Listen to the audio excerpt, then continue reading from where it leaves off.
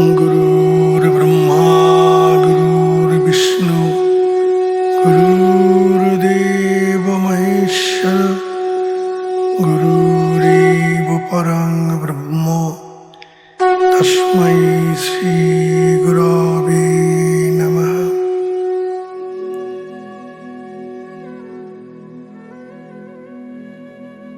जय गुरु जय गुरु जय गुरु जय যোগীরাজ जय যোগীরাজ जय যোগীরাজ। পরম করুণাময় গুরুদেবের নামে শুরু করছি। জয় গুরু। পুরাণ পুরুষ ষষ্ঠ অধ্যায়। শ্রীরামপুরে সুরেন্দ্রনাথ বন্দ্যোপাধ্যায় যোগীরাজের এক ভক্ত, কাজ করেন রাওয়ালপিন্ডিতে। দেশে ফিরিতেছেন, পথিমধ্যে নামিলেন কাশীধামে। বড় ইচ্ছা গুরুদেবকে দর্শন করা। দীর্ঘ পথশ্রমে চোখে মুখে ক্লান্তির ছাপ। যোগীরাজের সামনে আসিয়া ভক্তি ভরে প্রণাম করিলেন। যোগীরাজ গম্ভীর কণ্ঠে বলিলেন, এখানে এসেছ কেন? তাড়াতাড়ি বাড়ি যাও। এ কি কথা বলেন গুরুদেব? দুঃখ পান সুরেন্দ্রনাথ। কি তার অপরাধ ভেবে পান না? কেন তিনি এত নির্দয় হলেন তার প্রতি? চোখের কোণে ছলছল করে ওঠে জল। স্নেহপূর্ণ কণ্ঠে যোগীরাজ বলিলেন, যাও সুরেন, স্নান করো, যা রান্না হয়েছে খেয়ে নাও। তাড়াতাড়ি যে ট্রেন পাও তাই ধরে বাড়ি ফিরে যাও। জিজ্ঞাসা করার সাহস পান না সুরেন, মন্ত্রমুগ্ধের মতো তাহাই করেন। মটরকে ডাকিয়া যোগীরাজ বলিলেন, যাও সুরেনকে ট্রেনে তুলে দিয়ে এসো। সুরেন এসে নামেন শ্রীরামপুর স্টেশনে। দুপা যেতেই দেখেন তার ছোট ভাই দাঁড়িয়ে আছেন তার অপেক্ষায়। এত দেরি করে এলে দাদা? দুদিন আগে টেলিগ্রাম করে প্রতিদিন ট্রেন দেখি, তুমি আসো কি না? কেন, কি হয়েছে? আমি তো কোনো টেলিগ্রাম পাইনি। মায়ের অবস্থা খুব খারাপ। সুরেন তাড়াতাড়ি বাড়ি পৌঁছান। সুরেন, তুই এসেছিস? আমি তোরই জন্য অপেক্ষা করে আছি বাবা। আমার যে যাবার সময় হয়েছে। স্নেহময়ীর হাত দুখানি এগিয়ে আসে সুরেনের দিকে। সুরেন জড়িয়ে ধরেন জননীকে। তারপর ধীরে ধীরে জননীর জীবনদীপ নির্বাপিত হয়। সুরেনের দুই গাল বেয়ে নেমে আসে অশ্রুধারা। মনে পড়ে যায় কেন তাহার গুরু তার প্রতি এত নির্দয় হয়েছিলেন। বাঁকুড়া জেলার দধিমুখা গ্রামের হরিপদ বন্দ্যোপাধ্যায় কর্মোপলক্ষে নিজ গ্রাম হইতে পার্শ্ববর্তী আর এক গ্রামে যাইতেছেন। 3-4 মাইল পথ।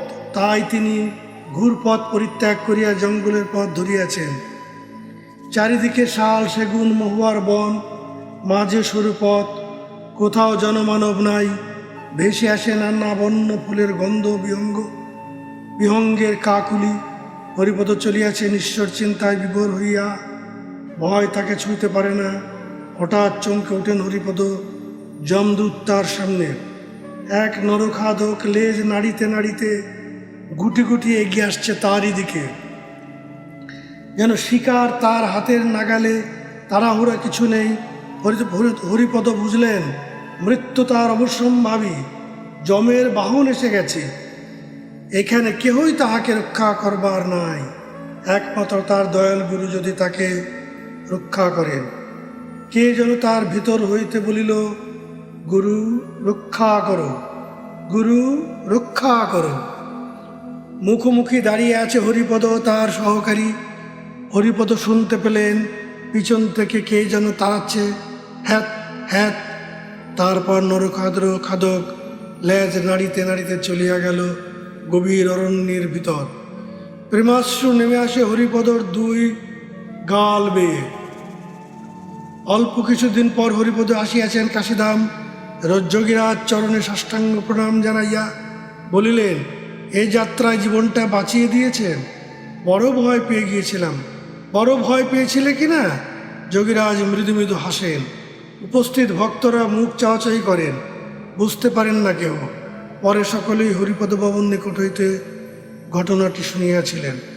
এইভাবে তিনি সর্বহিতে রত থাকিতেন এবং আর্ত আশ্রিতের রক্ষা করিতেন। কতভাবে তিনি সকলের হিত করিয়াছেন তাহার হদিশ পাওয়া যায় না। অন্যান্য দিনের মতো সেদিনও উপদেশ দিতেছেন যোগীরাজ। অনেক ভক্ত শুনিতেছেন, কেমন করে তোমরাও সর্বভূতে হিতে রত থাকতে পারো। দেখো, শরীরের ভিতরেই সব। শরীরটা তো পঞ্চভূতের। শরীরে পঞ্চভূতের স্থান যথাক্রমে মূলাধারে ক্ষিতিতত্ত্ব, স্বাধিষ্ঠানে জলতত্ত্ব, মণিপুরে তেজতত্ত্ব, অনাহতে বায়ুতত্ত্ব, বিশুদ্ধাক্ষে বনতত্ত্ব এবং তাহার ঊর্ধ্বে তত্ত্বাতীত। এই পঞ্চভূতকে জানিতে পারিলেই বাহিরে বৃহৎ পঞ্চভূতকে জানা যায়। কিন্তু প্রথমে যদি কেউ চেষ্টা করে বাহিরের বৃহৎ পঞ্চভূতকে জানিতে, তাহা হইলে পারিবে না, হারিয়ে যাবে। অতএব দেহের ভিতরের পঞ্চভূতকে জানিতে পারিলে ভিতর বাহির সব মিলিয়া একাকার হইয়া যায়। এই আর দুই থাকে না। তখন পঞ্চভূতেও যে প্রাণরূপী ঈশ্বর বর্তমান, তাহার উপলব্ধি হয়। কুটস্থে স্থিতি লাভ হয়। দূরবীন দ্বারা যেমন দূরের বস্তুকে নিকটে দেখা যায়, তেমনি কুটস্থরূপী দূরবীনের মাধ্যমে বিশ্ব ব্রহ্মাণ্ডের সকল চিত্র যোগীর বোধগম্য হয়, যোগীর করতলগত হয়। তোমরাও চেষ্টা করিলে তাহা পারিবে। প্রাণ চঞ্চল বলিয়াই কুটস্থে স্থিতি হয় না। প্রাণ কর্মের দ্বারা ষটচক্রের পথে যাতায়াতের মাধ্যমে প্রাণ স্থির হইলেই কুটস্থে স্থিতি হয়। তখন সব কিছু যোগীর কাছে স্বচ্ছ হইয়া যায়। কুটস্থে যে চক্ষু লক্ষিত হয়, তাহার ভিতরে এক আকাশ দেখা যায়। উহা দৃশ্যমান আকাশ নহে, উহা মহাকাশ। উহা এতই স্বচ্ছ যে সেখানে কোনো বাধা নাই। বাধা না থাকায় নিকট দূর বলিয়া কিছু নাই। ক্ষুদ্র হইতে ক্ষুদ্রতম, বৃহৎ হইতে বৃহত্তম সকলই লক্ষিত হয়। যেমন একটি সরিষা দানার নিকটে যদ্রূপ দেখায়, শত সহস্র যোজন দূরেও তদ্রূপই দেখায়। সেখানে আলো নাই, অন্ধকার নাই, অথচ সব কিছুই দৃষ্ট হয় স্বয়ং প্রকাশ। বিশাল পর্বতের অপর প্রান্তের বস্তুসহ শত যোজন দূরের ক্ষুদ্রতম বস্তু অনায়াসে লক্ষিত হয়। যেমন দূরবীনের সাহায্যে দূরের বস্তুকে নিকটে দেখা যায়। সেই মহাকাশ দর্শনে যোগীর ভূত ভবিষ্যৎ জ্ঞান হয়। এই স্বচ্ছ অবিনাশী মহাকাশরূপ ব্রহ্মসদা স্থির সর্বভূতে ওতপ্রোতভাবে বিরাজমান। তিনি নাই তো কেহ নাই। এই চরাচর তাহা হইতে উৎপত্তি এবং তাহাতেই লয় প্রাপ্তি হয়। তাই যোগীরাজ তার সাধনলব্ধ অনুভূতির কথা ৩রা জুন লিখিয়াছেন। শূন্যকে ভিতর যে শূন্য হয়, সো অলখ হয়। সই বিন্দি সই সূর্য। शून्य के भीतर जो शून्य है उसका आदि नहीं, लेकिन उस शून्य से यह शून्य का भेद है। सबूज शून्य अनंत ही ब्रह्म, सूरज उसी में लय हो जाता है। अब बड़ा मजा, भीतर से उठता है भीतर जाता है। अब अगम स्थान में गए या स्थिर, अभी बहुत दूर गगन पंथ में जाना है। आँख बंद करके बाहर का चीज मालूम होता है। बर्तमान शून्येर भितरे जे शून्य अर्थात जे शून्य हईते बर्तमान शून्येर उत्पत्ति ताहा अदृश्य, ताई बिंदु एवं ताई आत्मसूर्य।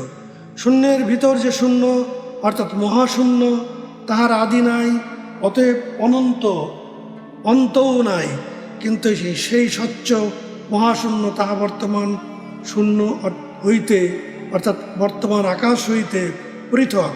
কারণ বর্তমান শূন্যে দূর নিকট সম্পর্ক আছে। ইহা পঞ্চভূতের শেষ ভূত, কিন্তু সেই মহাশূন্যের দূর নিকট সম্পর্ক নাই। ভূত ভবিষ্যৎ বর্তমান নাই, পঞ্চভূত এবং তত্ত্বাতীত। সেই শূন্যের অস্তিত্বে বর্তমান শূন্যের অস্তিত্ব।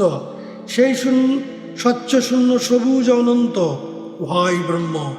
আত্মসূর্যই সেই মহাশূন্যে লয় হইয়া যায়, কারণ সব কিছুরই উৎপত্তি ও লয় স্থল সেই অনন্ত নির্বিকার অজর অমর মহাশূন্য।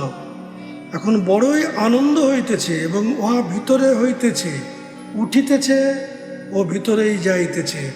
সেখানে যোগীগণ ছাড়া আর কেউই যাইতে পারে না। এমন যে অগম্য স্থান, সেইখানে পৌঁছলাম, অর্থাৎ মহাস্থির ঘরে পৌঁছলাম। এখন সেই মহাশূন্য পথে যতদূর যাইতে হইবে, অর্থাৎ লয় প্রাপ্ত হইতে হইবে। এখন চোখ বন্ধ করিলেও বাহিরের সব কিছু দেখিতে ও জানিতে পারিতেছে। উহারই বাহ্য প্রতীক শালগ্রাম শিলা।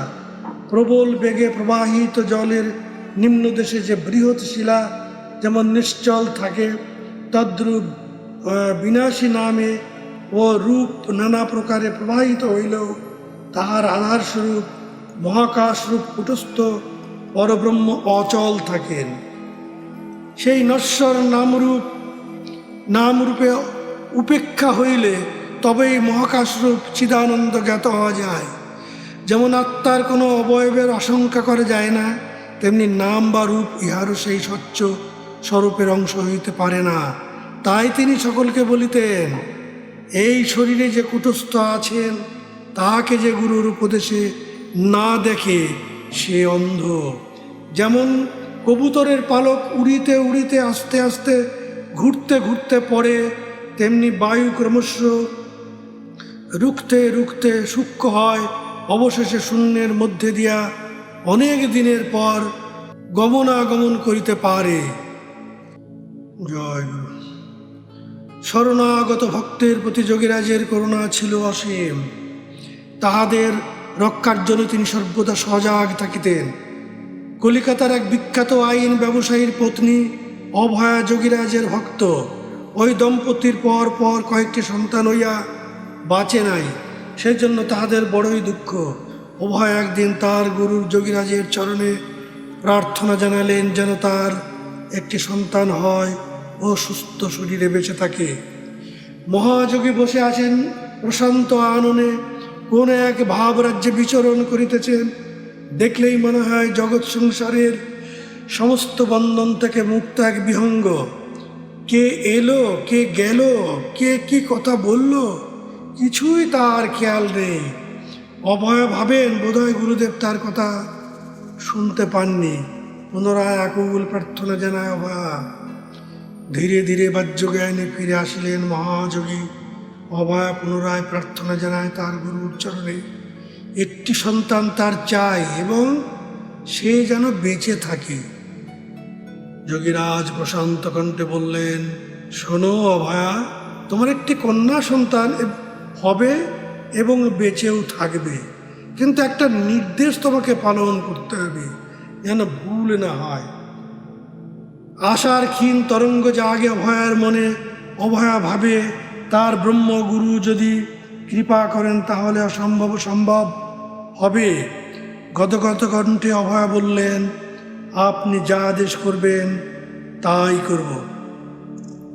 ভক্তবৎসল শ্যামাচরণ বলিলেন, রাত্রির প্রথম দিকে কন্যাটির জন্ম হবে।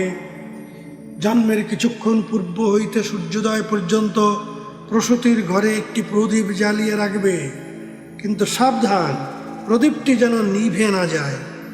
যথাসময়ে অভয়ের একটি কন্যা সন্তান হলো। গুরুদেবের আদেশ মতো প্রদীপ জ্বালানো ছিল, কিন্তু যামিনীর শেষ ভাগে ক্লান্ত প্রসূতি ও ধরিত্রী উভয়ই যখন ঘুমাইয়া পড়িলেন, এদিকে প্রদীপের তেল প্রায় ফুরাইয়া আসিয়াছে, নিবু নিবু অবস্থা। ওই সময় সতী কারাগারে ঘটিল এক অলৌকিক ঘটনা। হঠাৎ সশব্দে দরজাটি খুলিয়া গেল। নিদ্রিতা প্রসূতি কার ঘুম ভাঙিয়া গেল। বিস্মিত নেত্রে দেখলেন কক্ষদ্বারে দাঁড়িয়ে আছেন তার দয়াল গুরু, ভক্তপ্রাণ পতিত পাবন করুণার ঘনীভূত মূর্ত প্রতীক যোগীরাজ শ্রী শ্যামাচরণ। কৃপা দৃষ্টি নিক্ষেপ করিয়া স্থিমিত দীপশিখার দিকে অঙ্গুলি নির্দেশ করিয়া বলিলেন, ওই দেখো অভয়া, প্রদীপ নিভে যায়, তাড়াতাড়ি তেল দাও। ক্লান্ত অভয়া উঠিয়া পড়িলেন, তেল ঢালিয়া দেন দ্বীপধারে। ততক্ষণে গুরুদেবের করুণাঘন মূর্তি অদৃশ্য হইয়া যায়। গুরু কৃপা স্মরণ করে প্রেমাশ্রু নেমে আসে অভয়ার দুই গাল বেয়ে। পরে অভয়া স্বীয় গুরুদেবকে কথা জানালে যোগীরাজ মৃদু হেসে বলিয়াছিলেন, কর্তব্যে অবহেলা করা তোমাদের স্বভাব, কর্তব্যে অবহেলা কখনো করো না।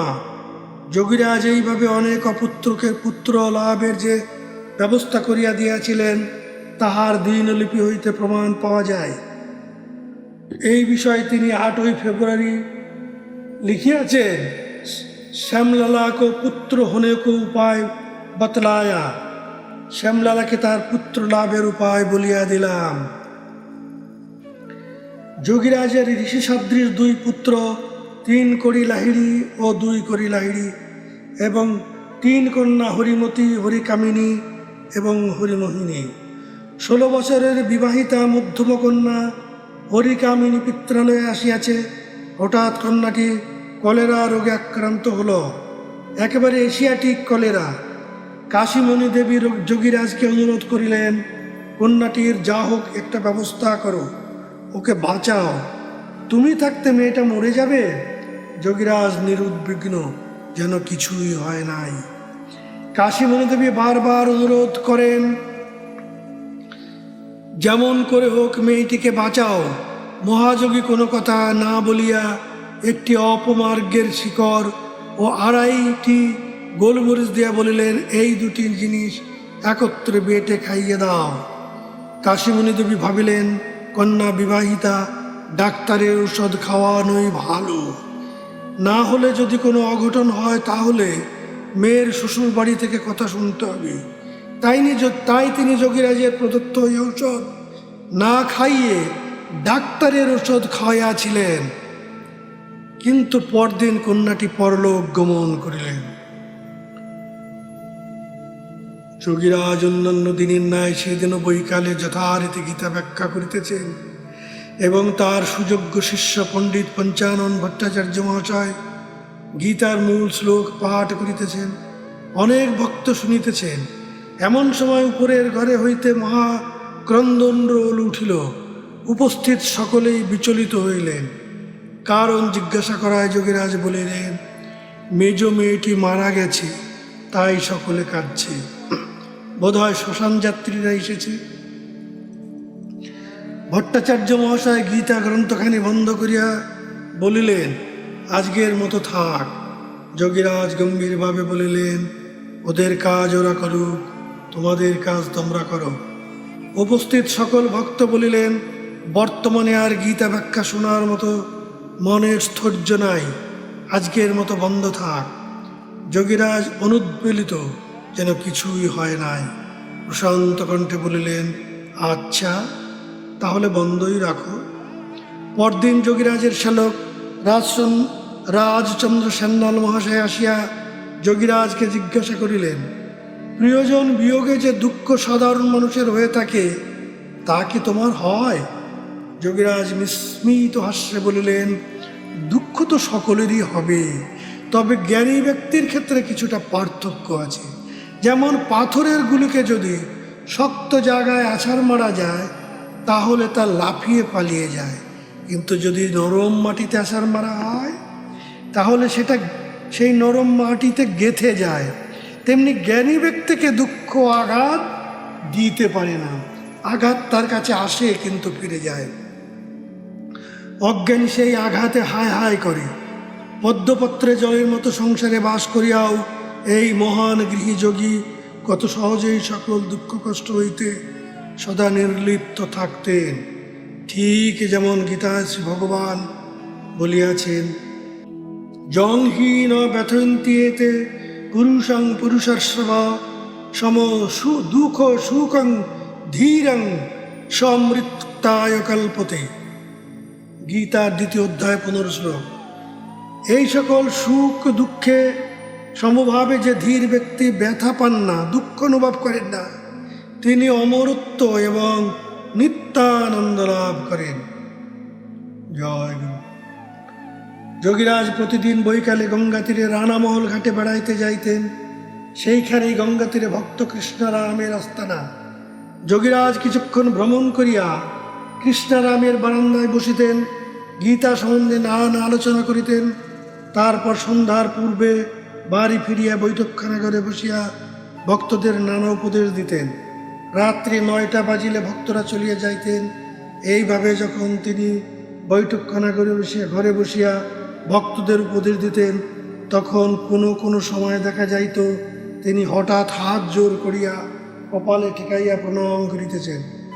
কেন তিনি মাঝে মাঝে এইভাবে প্রণাম করিতেন, কাহাকেই বা প্রণাম করিতেন, তাহা উপস্থিত ভক্তরা বুঝিতে পারিতেন না। জিজ্ঞাসা করিবার সাহসও হইত না। ক্রমে তাহাদের মধ্যে কৌতূহল জাগিল। একদিন যখন তিনি হঠাৎ প্রণাম করিলেন, সাথে সাথে একজন উঠিয়া গিয়া ঘরের বাহিরে দেখিলেন যে এক ভক্ত যোগীরাজের উদ্দেশ্যে বারান্দায় সাষ্টাঙ্গে প্রণাম করিতেছেন এবং যোগীরাজ সেই প্রণাম গ্রহণ করিতেছেন। ঘরের ভিতর হইতে উহা দেখিবার কোনো উপায় ছিল না। এইভাবে বাহির হইতে যখনই কেহ তাহার উদ্দেশ্যে প্রণাম করিতেন, তিনি তাহার প্রত্যাভিবাদন করিতেন। এমনকি বহুদূরে কেহ তাহাকে প্রণাম করিলেও তাহাকে প্রত্যাভিবাদন করিতে দেখা যাইত। নিকট দূর, ভিতর ও বাহির সবই তাহার কাছে স্বচ্ছ হইয়া গিয়াছিল। সকলের মাঝে তিনি সেই একই দেখিতেন। জয় গুরু। প্রিয়নাথ কড়ার মহাশয় ও তার ঘনিষ্ঠ বন্ধু রাম উভয়ই যোগীরাজের প্রিয় শিষ্য। দুই বন্ধু কাশী এসেছেন। প্রত্যহ উভয় বন্ধু গুরু দর্শনে যান, উপদেশ শ্রবণ করেন। বেশ আনন্দেই দিন কাটিয়াছিল। হঠাৎ একদিন রামের কলেরা হলো, এশিয়াটিক কলেরা। বিদেশ বিভূই প্রিয়নাথ বড়ই চিন্তিত হইলেন, কিন্তু কি করবেন ঠিক করতে না পেরে ছুটে গেলেন গুরুদেবের কাছে। যোগীরাজ সব শুনে সামাজিক রীতি অনুসারে বললেন, ভালো ডাক্তার দেখাও। প্রিয়নাথ 2 জন অভিজ্ঞ ডাক্তার আনালেন, কিন্তু রোগ উত্তরোত্তর বেড়েই চলল। অবশেষে ডাক্তাররা হতাশ হয়ে বললেন, রোগীর অন্তিম সময় এসে গেছে, আর কোনো উপায় নেই। নিরুপায় প্রিয়নাথ আবার ছুটলেন গুরুদেবের নিকট। রোগীর অন্তিম অবস্থার কথা বিবেচনা করে গুরুদেবের কাছে নিবেদন করলেন। বললেন, এতক্ষণে রোগী হয়তো আর জীবিত নেই। শোকাতুর প্রিয়নাথের অশ্রুধারা ঝরে পড়ে। প্রশান্ত হৃদয় ভক্তবৎসল মহাযোগী আসন ছুড়ে উঠলেন। একটি শিশি নিয়ে পাশের প্রদীপ হইতে খানিকটা রেড়ির তেল ঢেলে বললেন, যাও তাড়াতাড়ি এটা রোগীকে খাইয়ে দাও। প্রিয়নাথ ভাবলেন, কাকেই বা আর খাওয়াবেন, এতক্ষণে হয়তো রাম জীবিত নেই। আবার ভাবলেন, তার গুরুদেবের দেব ব্রহ্মজ্ঞ, তার কথা কখনো মিথ্যা হতে পারে না। প্রিয়নাথ দ্রুত পৌঁছলেন রোগীর নিকট। দেখলেন রোগীর দেহে প্রাণের চিহ্ন মাত্র নেই। তবু বিশ্বাসে ভর করে প্রিয়নাথ রোগীর মুখে একটু ফাঁক করে কয়েক ফোঁটা তেল ঢুকিয়ে দিলেন। আরও অনেকে সেখানে উপস্থিত ছিল। সকলের সম্মুখে ঘটল এক অলৌকিক ঘটনা। ধীরে ধীরে প্রাণহীন দেহটি নড়ে উঠল, শ্বাস প্রশ্বাস চালু হলো, রোগী পুনর্জীবন লাভ করলেন। এই প্রিয়নাথ কড়ার মহাশয়ই পরবর্তীকালে স্বামী যুক্তেশ্বর গিরি নামে প্রসিদ্ধি লাভ করেন। প্রিয়নাথ কড়ার মহাশয় 19 আগস্ট 1883 খ্রিস্টাব্দে যোগীরাজের নিকট হইতে দীক্ষাপ্রাপ্ত হইয়াছিলেন। তাহার ডায়েরিতে লেখা আছে, এই মহাযোগী সর্বদা এক অতীন্দ্রিয় রাজ্যে অবস্থান করতেন। হিমালয়ের মতো নিস্তব্ধ শান্তি যেন তার সদা তাহাতে বিরাজ করিত। সাধুহীন লোকেদের সঙ্গে বৃথা ধর্ম আলোচনা করা তিনি পছন্দ করিতেন না, বরং যম, নিয়ম, আসন, প্রাণায়াম, প্রত্যাহার, ধারণা, ধ্যান ও সমাধি, শাস্ত্রোক্ত যোগ সাধনের এই নিগুড় অষ্টাঙ্গ কর্মাদির উপরে তিনি বেশি গুরুত্ব আরোপ করতেন। তার যৌগিক অপরোক্ষ অনুভূতিগুলি ছিল অপূর্ব। সেই যোগলব্ধ অনুভূতিগুলির উপর নির্ভর করিয়া তিনি ধর্ম উপদেশ দিতেন ও অধ্যাত্ম গ্রন্থগুলি ব্যাখ্যা করিতেন। ভাবের উচ্ছ্বাসের উপর নির্ভর করিয়া কিছু বলিতেন না। যাহা তিনি যৌগিক প্রত্যক্ষ অনুভব করিতেন তাহাই ভক্তদের উপদেশ দিতেন। সেই জন্য তাহার উপদেশগুলি মানুষের মনে রেখাপাত করিত। তাহার বর্ণনাগুলি ছিল জীবন্ত। তিনি বলিতেন, ইহার মাধ্যমে প্রত্যক্ষ অনুভূতিগুলি লাভ করো এবং ক্রমে পরমাত্মার সহিত একীভূত হও। ইহাই মনুষ্য জীবনের শ্রেষ্ঠ সম্পদ। ধ্যান, ধারণা, সমাধি ছাড়া আত্মরাজ্যের সূক্ষ্মাদি সূক্ষ্ম পরমাত্মতত্ত্ব বিষয়ক তত্ত্বের প্রদেশে প্রবেশ করা যায় না। এই ছিল তার মূল কথা। তিনি বলিতেন, প্রাণী সকল শক্তির উৎস। প্রাণের সাধন করিলেই সব সাধন করা হয়। এই প্রাণের তিনটি অবস্থা: আদিতে স্থির, অন্তে স্থির এবং মধ্যে চঞ্চল। আদিতে স্থির, অন্তে স্থির হওয়ায় একই অবস্থা এবং মধ্যে চঞ্চল। প্রাণের মূলত এই দুটি অবস্থা, অর্থাৎ স্থির এবং চঞ্চল। অব্যক্তাদীনি ভূতানি ব্যক্ত মধ্যানি ভারত। গীতার 2য় অধ্যায় 28 শ্লোক। অর্থাৎ ভূত সকল আদিতে অব্যক্ত, মধ্যে ব্যক্ত এবং নিধনেও অর্থাৎ অন্তেও অব্যক্ত। চঞ্চল প্রাণী প্রকৃতি, চলচল প্রাণী জীবের বর্তমান অস্তিত্ব। চঞ্চল প্রাণ হইতেই বিশ্ব ব্রহ্মাণ্ডের প্রকাশ। যত কিছু কর্ম সবই চঞ্চল প্রাণ হইতে। কিন্তু স্থির প্রাণ চঞ্চল প্রাণের উচ্চস্তর। স্থির প্রাণ কিছু করেন না, কিছু করানো না। তিনি সর্বদা সাক্ষীমাত্র। চঞ্চল প্রাণী স্থির প্রাণের কর্ম। চঞ্চল প্রাণ প্রকৃতি, স্থির প্রাণ পুরুষ। চঞ্চলতাই জীব, স্থিরত্বই শিব। চঞ্চলতাই বন্ধন, স্থিরত্বই মুক্তি। অর্থাৎ প্রাণের চঞ্চল দিকে যে টান বা গতি, তাহাই বন্ধন, এবং স্থিরত্বের দিকে যে টান বা গতি, তাহাই মুক্তি। শাস্ত্রও তাই বলিয়াছেন, নিশ্চলং ব্রহ্ম উচ্যতে। নিশ্চল বা স্থির অবস্থায় ব্রহ্ম, উহা অমর পদ। কারণ সেই মহাস্থির অবস্থার জন্মও নাই, মৃত্যুও নাই। উহা নিত্য শাশ্বত, কারণ তাহার আগেও কেহ নাই, পরেও কেহ নাই, চির বিরাজমান। উহাই বুদ্ধ, কারণ উহা জ্ঞানের অতীত অবস্থা। জ্ঞানও সেইখানে পৌঁছতে পারে না। উহা নিত্য মুক্ত, কারণ সেখানে বন্ধন নাই। উহাই কর্মের অতীত অবস্থা বা ক্রিয়ার পর অবস্থা, কারণ কোনো প্রকার কর্ম সেখানে নাই। চঞ্চলতার অবসান হেতু কোনো প্রকার কর্ম সেখানে থাকিতে পারে না। প্রাণের সংকোচন অবশ্যই শিব এবং প্রসারণ অবশ্যই জীব। তাই সাধকের উচিত সাধনার দ্বারা সম্পূর্ণরূপে চঞ্চলতার অবসান ঘটাইয়া স্থিরত্বকে প্রাপ্ত হওয়া। যখন জীব চঞ্চলতার অবসান ঘটাইয়া মহাস্থির রূপ মহাপ্রাণকে পাইবে, তখন জীব নিজেই শিব হইয়া যাইবে। সকলেই অমৃতের পুত্র, কেহ ছোট নয়, কেহ বড়ও নয়। যোগীরাজ নিজে আচার্যের সর্বোচ্চ আসন উপবিষ্ট হইয়াও নিজেকে সর্বদা ক্ষুদ্র ভাবিতেন এবং সকলকে ক্ষুদ্র ভাবিবার উপদেশ দিতেন। বলিতেন, এই যোগ সাধন করিতে হইলে প্রয়োজন একটি সুস্থ সবল মনুষ্য শরীর ও প্রচুর মনোবল এবং সদিচ্ছা। এই দুইটি সম্পদ যার আছে, সে অনায়াসে এই যোগ সাধন করিতে পারে। কোনো বাধাই তার প্রতিবন্ধক হয় না। কেহ পাপী নয়, কেহ পুণ্যাত্মাও নয়, সকলেই সমান। সকলেই যখন ঈশ্বরের পুত্র, তখন সকলের ঈশ্বর সাধনার অধিকার আছে। স্ত্রী পুরুষ নির্বিশেষে সকল জাতির মানুষের এই যোগ সাধনা করিবার অধিকার আছে। ইহা কোনো বিশেষ শ্রেণীর জন্য নহে। তিনি বলিতেন, কুটস্থে মন রাখিলে পাপ নাই, কুটস্থে মন না রাখিলেই পাপ। কুটস্থ ঈশ্বর, তিনি পরমাত্মা ব্রহ্ম। তুমি সংসারেই থাকো অথবা সংসার ত্যাগ করিয়াই যাও। যেখানেই থাকো, প্রাণ তোমার দেহেই আছেন, অর্থাৎ ঈশ্বর তোমার সঙ্গেই আছেন। তিনি নাই তো তুমি নাই। প্রাণ তোমার দেহে যতক্ষণ চঞ্চল আছেন, ততক্ষণ তুমি জীবিত। যখন তাহাকে দেহের ভিতরে খুঁজিতে হইবে, তখন সংসার ত্যাগ করিবার প্রয়োজন কি? বরং সংসারী সাধনার অনুকূল ক্ষেত্র। এখানে থাকিতে সব কিছু পাওয়া যায়। সংসারে থাকিয়াই যিনি নিজ দেহস্থ প্রাণরূপ ঈশ্বরের সাধনা করেন, তিনি বীর সাধক।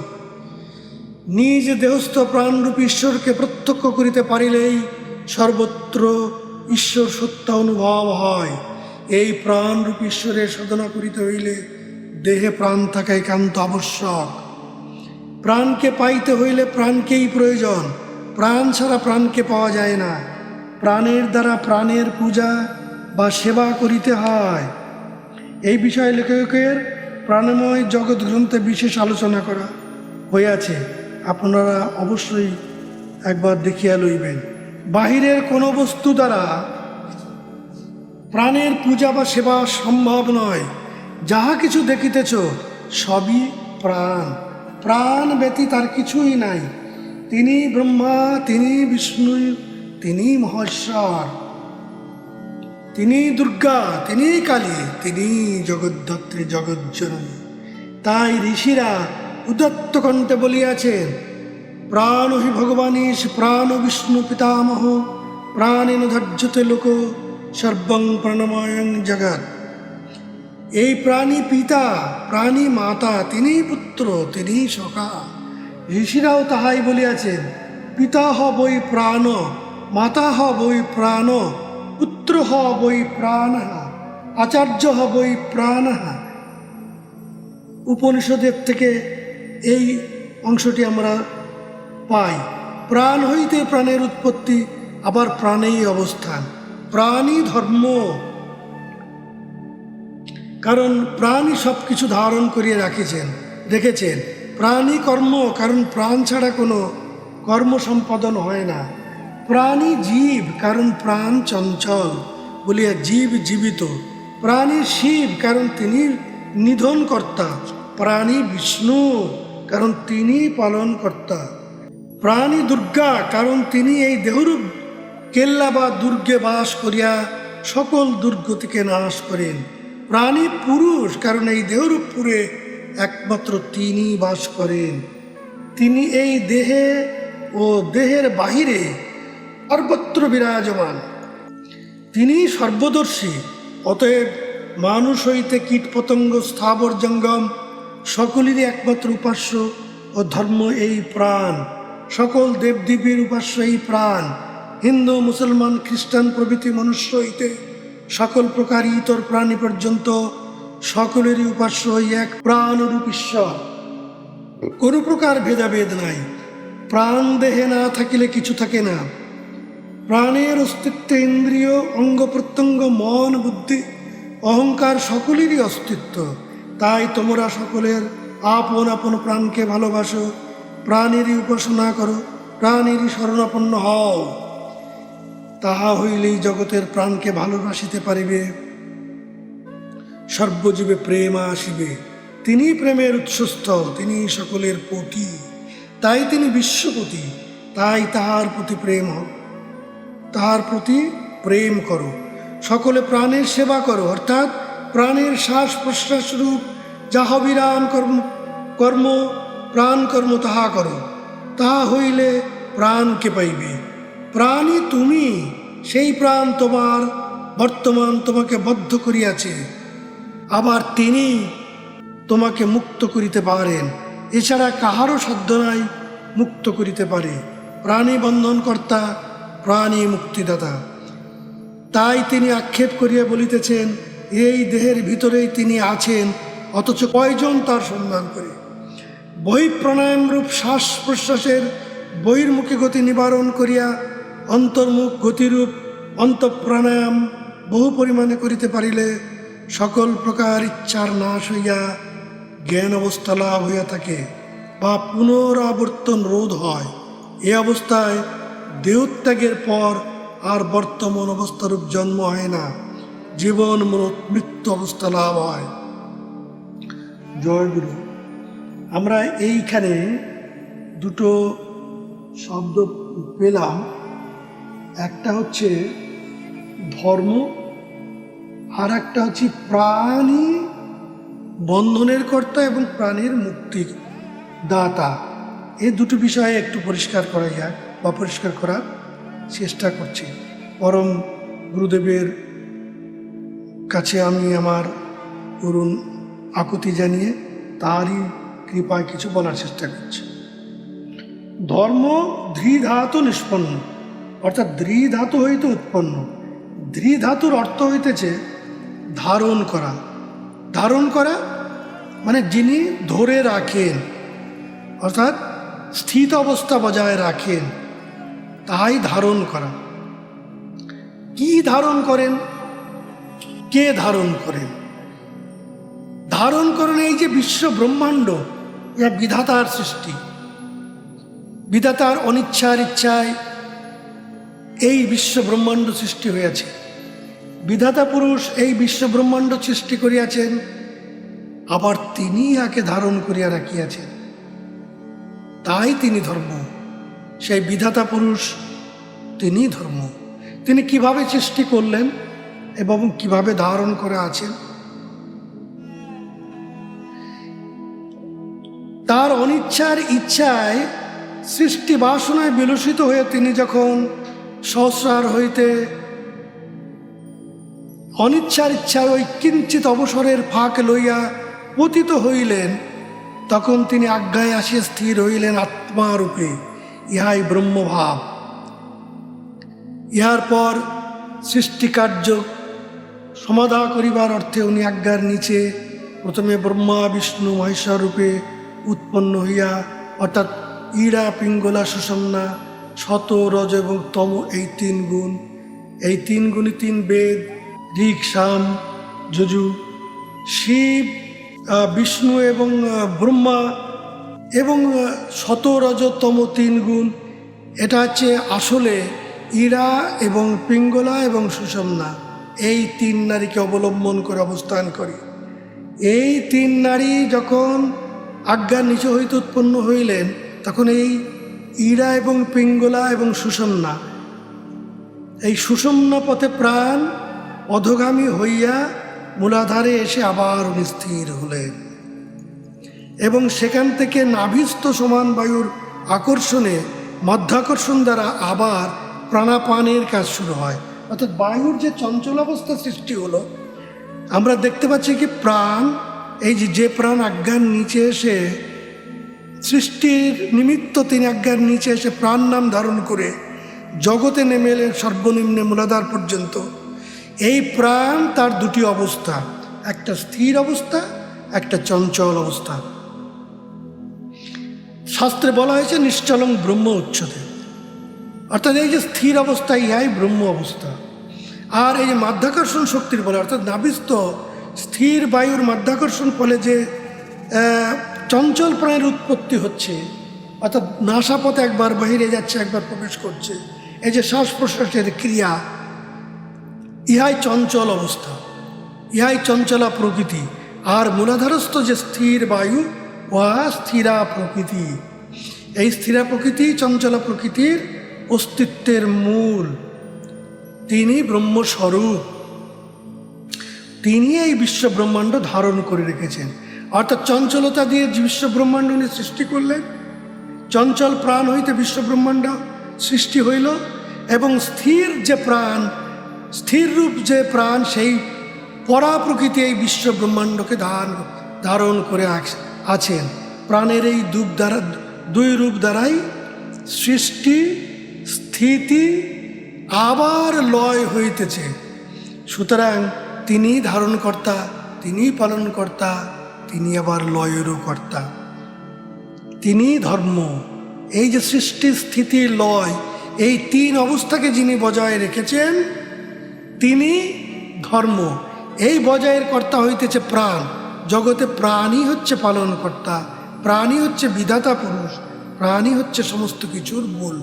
স্থির রূপে তিনি শিব, স্থির রূপে তিনি ব্রহ্ম বা আত্মা, আর চঞ্চল রূপে তিনি জীব, চঞ্চল রূপে তিনি জীবাত্মা। জয়গুরু, এই হচ্ছে ধর্ম।